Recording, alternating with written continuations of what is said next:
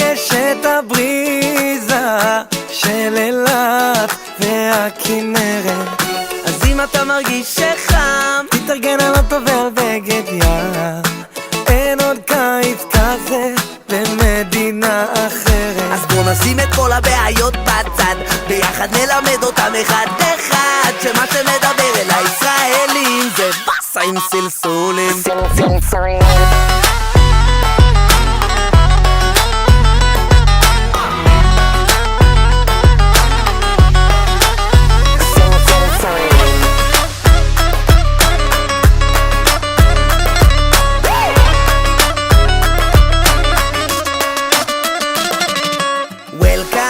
פותחים נכון, המקום הכי חם במזרח התיכון. מדינה קטנה, סתכלו סביב, יש ביג בלאגן בתל אביב. חולים על מעולים ועפים איך שהביט נכנס, הקצב של הבאסים יעשה לך בראש קרקס.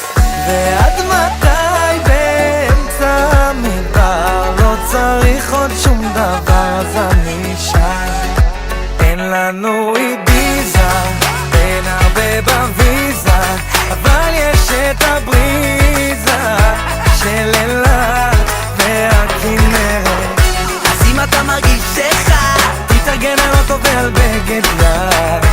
אין עוד קיץ כזה במדינה אחרת. אז בוא נשים את כל הבעיות בצד, ביחד נלמד אותם אחד אחד, שמה שמדבר אל הישראלים זה בסה עם סלסולים.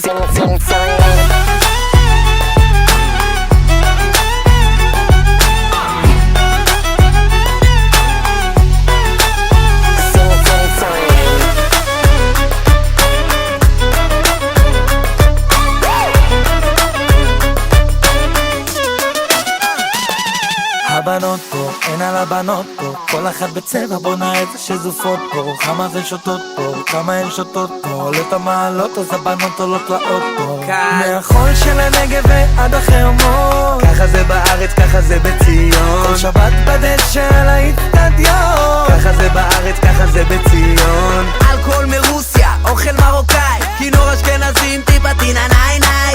גם אם מבחוץ זה נראה על הפנים, וואלק לא מתלוננים, גם אם אין לנו אידיזה, אין הרבה בוויזה, אבל יש את הבריזה של אילת והכנרת.